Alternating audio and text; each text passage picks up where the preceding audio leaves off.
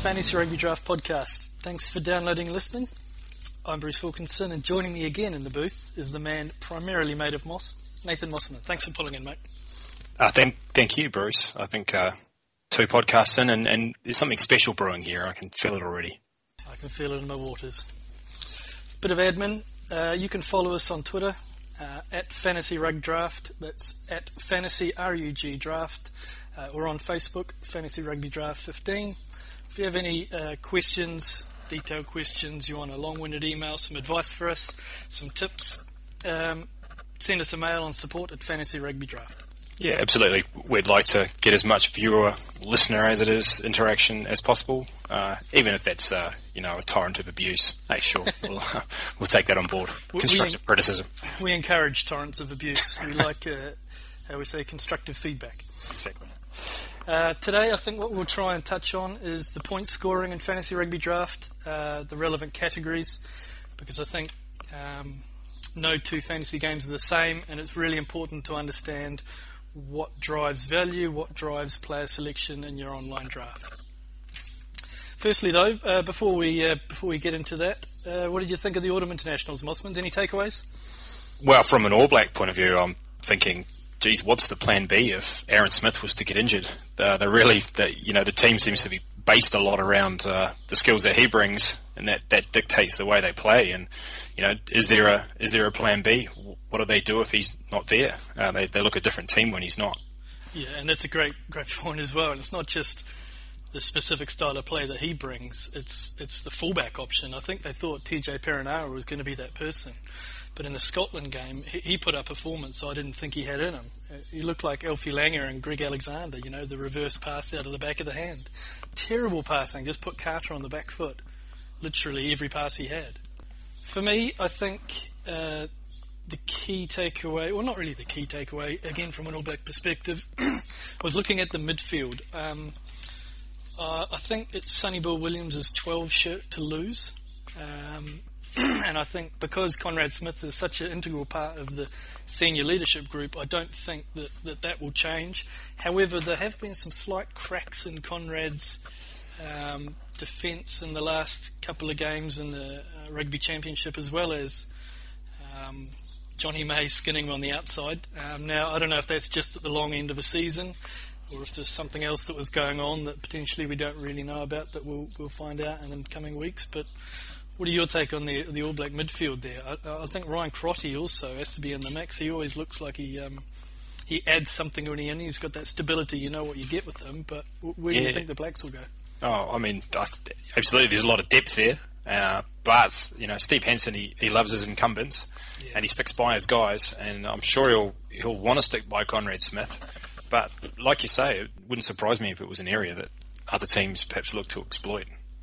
Yeah, there was a backline move, I think, in the Tri-Nations where the Springboks did 2 miss 2 pass and just completely skinned them from inside the 22, and it really showed a big weakness out wide. But yeah, I guess it's one thing saying that that's the plan, but Conrad's never really styled himself on pace. He's always very, very clever in his vision.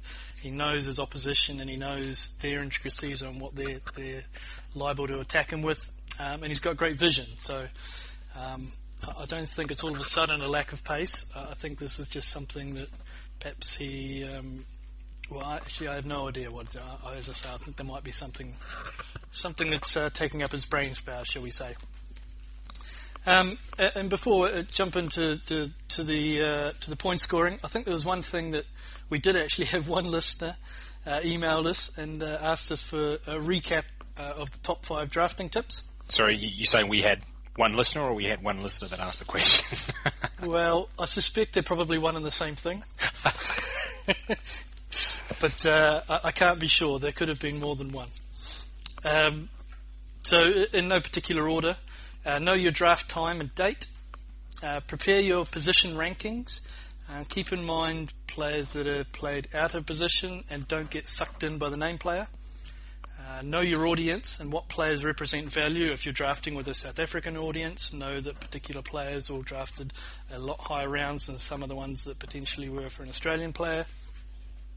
React to the draft. Make sure you monitor what other players are selecting. Know the team needs around you.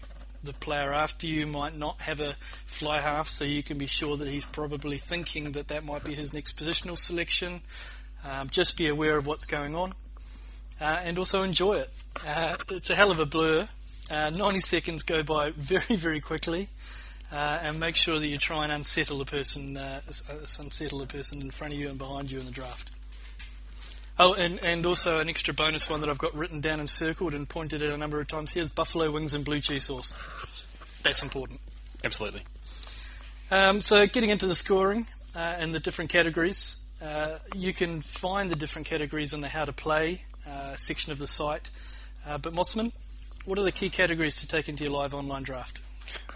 One of the things I think maybe that's worth pointing out is people that played last season are the changes to the scoring. Yep, that's a really good point. So we had a lot of feedback around loose forwards, locks, and front rowers. The front row position being quite negligible in the point scoring, so not actually having a massive amount of impact and not really being a focus, and to the point where some teams weren't even starting a front row. Now, a lot of suggestions were that we mandated that you have to start a front row, but being the way that we wanted to design it, we wanted to encourage people to do that front row or to play that lock. So we've reduced we've analysed the different categories that we think could increase the importance of a lock, a loose forward, and a front row. And the two key categories were tackles made and penalties conceded. So we dropped the threshold from 14 tackles made to get the 3-point bonus down to 8. So over 8, so that's 9 and above. And secondly, we also reduced the amount that a penalty costs, so penalty conceded, so that goes from -2 down to -1. So that should, and we reran the stats, we reran all of the game weeks, and there were very few negative scoring. Now, there were some scoring, and we still want to have that, wild card, oh my God, my front row just had a shocker, they got 2 guys binned and conceded all the penalties at the scrum time, so we still want to penalise that, but it certainly wasn't the impact that it had previously. Yeah, well, it's definitely part of the game to have your week killed by an errant front row. I'm assuming this was actually caused by howls of protest from ex-front rowers in the first place. So in some ways I'm surprised they actually figured out how to use the internet, but that's a debate for another time. Front rowers complaining. Shocking. Well, I could expect it from the halfbacks. That's true. I also wanted to stress that no two fantasy games are the same, so what might be point scoring and native to you if you've been playing a particular format over the years isn't the same in Fantasy Rugby Draft. We haven't based our point scoring on any other game. We've used it as closely mirrored to the real life as possible, and we like to have the offense. We like to see the highlight reels. We like the superstars of the game. We like the fun, I guess you'd like to say. So whilst we do stress that the aforementioned Front Rowers Club is integral to winning a real-life rugby game, we don't necessarily reward players, for instance, for throwing a ball into the line-out or for passing a ball. It has to be some sort of exceptional offensive play or an exceptional defensive play that we want to reward. Yeah, that's fair enough. I think, not naming any other games, but there were occasions in some of the salary cap games where you get, a hooker being one of the highest scoring players in the entire game, and largely based on the fact that they just threw the ball into a line out a lot of times. Now, I don't know about you, but when I'm watching, Super Rugby game on TV, I'm not generally fist pumping every time a ball is thrown into a line out. There are exceptions to that, of course. Any time a ball was thrown into the line out successfully by the All Blacks during the early 2000s was a moment to rejoice. That wasn't in the Anton Oliver days, was it? I'm not naming names. Sure, neither will I. So yeah, we took a bit of feedback on, and we'll do the same thing again at the end of the 2015 season. We'll have a summit, if you will, a point scoring summit, where we'll sit down and figure out, have we got that point scoring right? and then try and figure out to make sure that we get the superstars at the top. We like to see the Israel Folau's, the Bowden Barretts, the Malachi Fikutoas, these types of players at the top of our fantasy game, and as you say, as opposed to what we feel may not be the pure offensive folks. Oh, sure. I mean, when you're watching the game and a guy makes a line break and beats a defender, that, every metre he's running from that point on, you're getting points, and that's sort of what brings the excitement to it, I think. So looking at the point scoring again, I think a lot of people might rush to all of a sudden get, the goal kickers, the Manets, Boshoff into the team, but that may not necessarily be the most prudent way to spend your draft.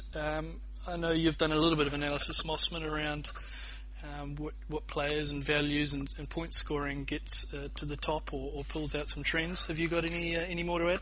Yeah, absolutely, and some of that does depend on the position that the player's playing in, and picking up extra points. I mean, being a goal kicker, it's kind of an obvious one. It's a bit of a tip of the hat to Matty Kuchar and his theory of picking as many goal kickers as you can, and it's not a bad theory. I mean, look at Nick White, for instance. I mean, 100 points of his 150 total came from goal kicking. Without it, he's not even inside the top 10. So in a 10-team league, he's not even startable. Yeah, and that's a really good point. So the one that I like to pull out is Francois Steyn. So Lambie was kicking for at the start of the season, and that's why I think we had him ranked 6th or 7th in the rankings for going into last season.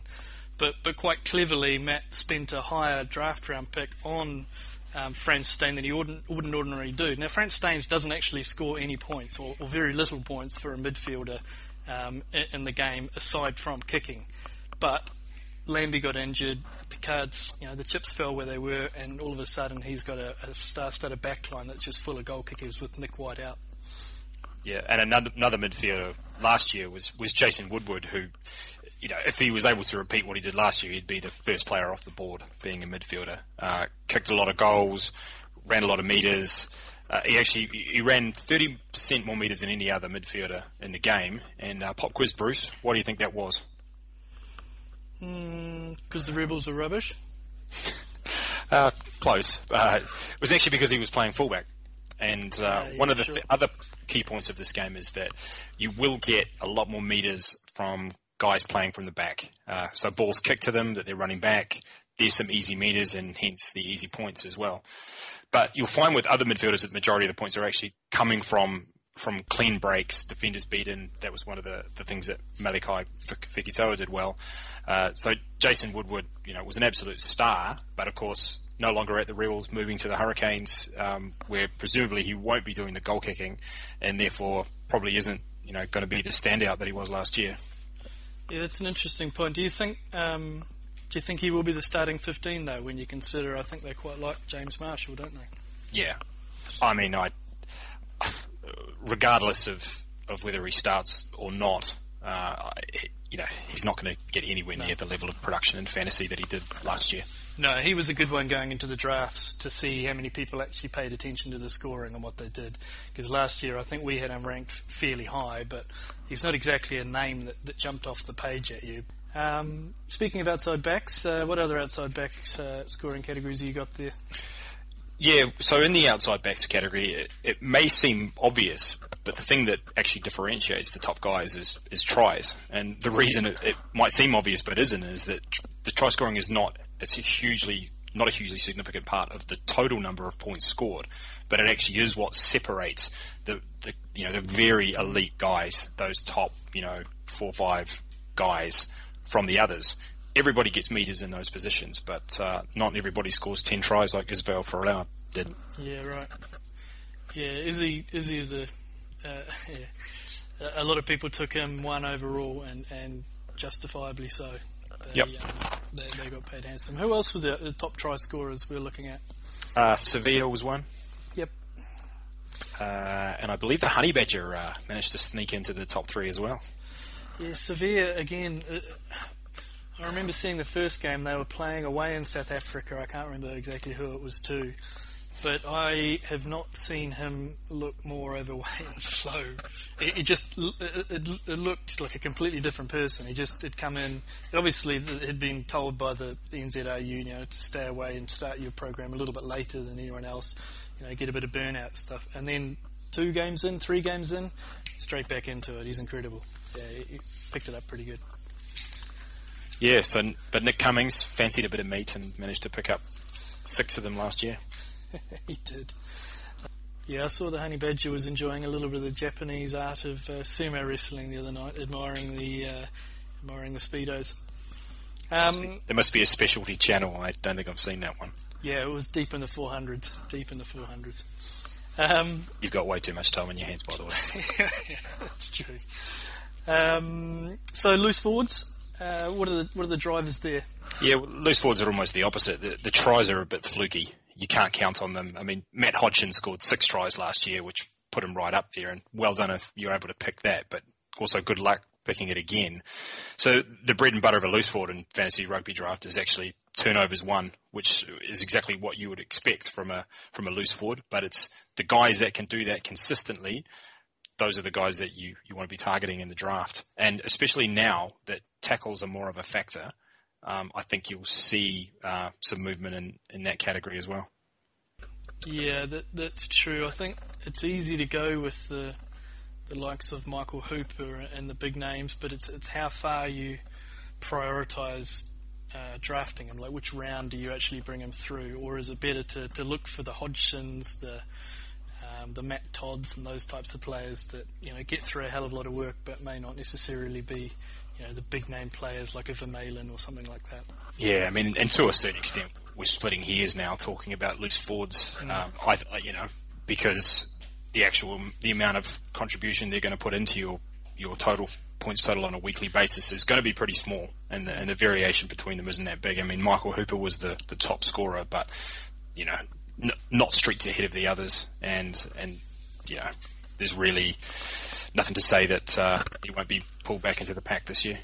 Yeah, and that's a good concept. So they talk about replacement level in fantasy a lot. So whether you can get a serviceable loose forward off the waiver wire, or whether you draft one early. And I think there's a lot of replacement level loose forwards week in, week out. I know you have to start 2, but I think you should probably prioritise even a reserve outside back or a reserve fly half over potentially even a starting loose forward.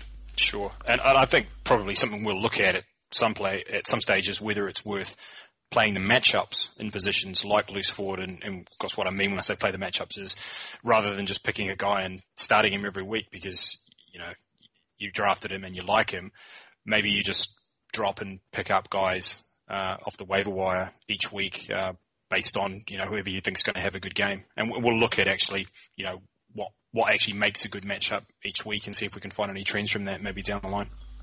Yeah, and there's a lot of attrition in the loose forwards as well. So, as you said, week in, week out, you might find a soft matchup that someone's come in and you'll be able to just pick him up off the waiver wire unless you've got a lot of league mates that are paying attention, and then plug him in and start him, and he should pick up a kind of an average amount of points to get you through the week. Yep. So setting aside Nick White and halfbacks, what was their main scoring category that you need to focus on? Another obvious one, I guess, but it's actually guys that run, and not necessarily guys that just run and get meters, but also guys that that break tackles and that beat defenders. So if you compared someone like TJ Perenara, who was actually after Nick White and obviously didn't kick any goals, was the second best halfback in the game, he didn't run as many meters as Will Genia did, but Genia only placed 10th or 11th, I think, on the total points, and that was based on the fact that although Genia ran a lot, didn't run very effectively, didn't particularly offer a threat, didn't beat anybody, and it didn't break any tackles. And we can't have a point scoring discussion without talking about the big men, the locks. How do they fare? Yeah, well, we're having a guy that, as Grant Nisbet would say, loves to run with the ball in hand. I'm not really sure, who loves running without it, but hey, good on you, Grant. So that's good. But if he can win turnovers, then that's actually the cherry on top as well. And that's why Will Skelton finished top of the pile. Well, that, and also the man's an absolute giant. I think he weighs 130 kgs or something, and he's a big man. Yeah, about 12 foot tall or something. But the other thing you want, oddly enough, is a guy that's not going to give away too many penalties. So I had Brady Retallick on my team, and I actually love Brady Retallick. I think he's got to be one of the first names on any team sheet, All Blacks, Chiefs, whatever. Yep. He actually gained the second most metres as a runner, but he gave away more points than he gained from that just by conceding penalties, and as well I discovered to my detriment last year. Yeah, the guzzler. He's an impressive unit, IRB Player of the Year, fully deserved. But yeah, as you say, it's important to know your point scoring because that may not necessarily translate. Another player that I was a bit disappointed in was Dom Bird. He seemed to spend more time under the posts in the bin than actually charging it forward as he normally does. Bit disappointing, but certainly one to the offending needs to be taken into account. Quite how the impact with the -2 going down to -1, but I guess we'll see. Yeah, makes you wonder how Jamie Joseph would have gone in Fantasy Rugby Draft. Yeah, absolutely. I think he would have been a big drain on your team every week. Yeah, you might want to ask Kieran Bracken about that. But... Right, I guess we haven't touched on fly halves. Now, I think it's probably easy enough to cherry pick and say that you need a good goal kicker. But is there anything else that flies off the paper? Yeah, well, Beauden Barrett was the top fly half, and there isn't any magic formula about where he got his points from. He led fly halves in basically every attacking category. So he kicked more goals, ran more meters, beat more defenders, and also scored more tries. So he was just pretty much the best all round player. Now it's an interesting one because we'll see how the Hurricanes go this year and how that leads on to what he does. But certainly at Super Rugby level, I mean, the guy's amazing. Yeah, he was. He had quite a big home and away differential for the first few game weeks, and then they clicked, and he actually was on my team last season, and he got me a long way deep into the playoffs, as they say. Didn't win though, did you? I did not win, no. Always the bridesmaid. It seems to be a recurring theme. But, we'll get over that. Would you describe yourself as the Buffalo Bills of fantasy sport? Yeah, I would. However, I didn't make the final last year, so they were good at the Super Bowls. I actually just blew out in the playoffs. Shame. Yeah, absolute shame. I guess that's about all we have time for today. We'll be back at some stage to analyse the Super Rugby squads when they've been named. A quick reminder on how to contact us. You can follow us on Twitter at Fantasy Rug Draft. That's at Fantasy RUG Draft, or on Facebook. And again, if you have any questions, flick it through to support at Fantasy Rugby Draft. If you have any comments, any questions you want to bring up in the next podcast, any questions around the scoring or anything we talked about with the draft, just flick us through a mail. We get to them as soon as we can. Yeah, we'd be more than happy to read out most of your comments. Absolutely. That's about all we've got time for. Thanks for listening. I'm Bruce Wilkinson. He's Nathan Mossman. El Tio Rapido. Peace out.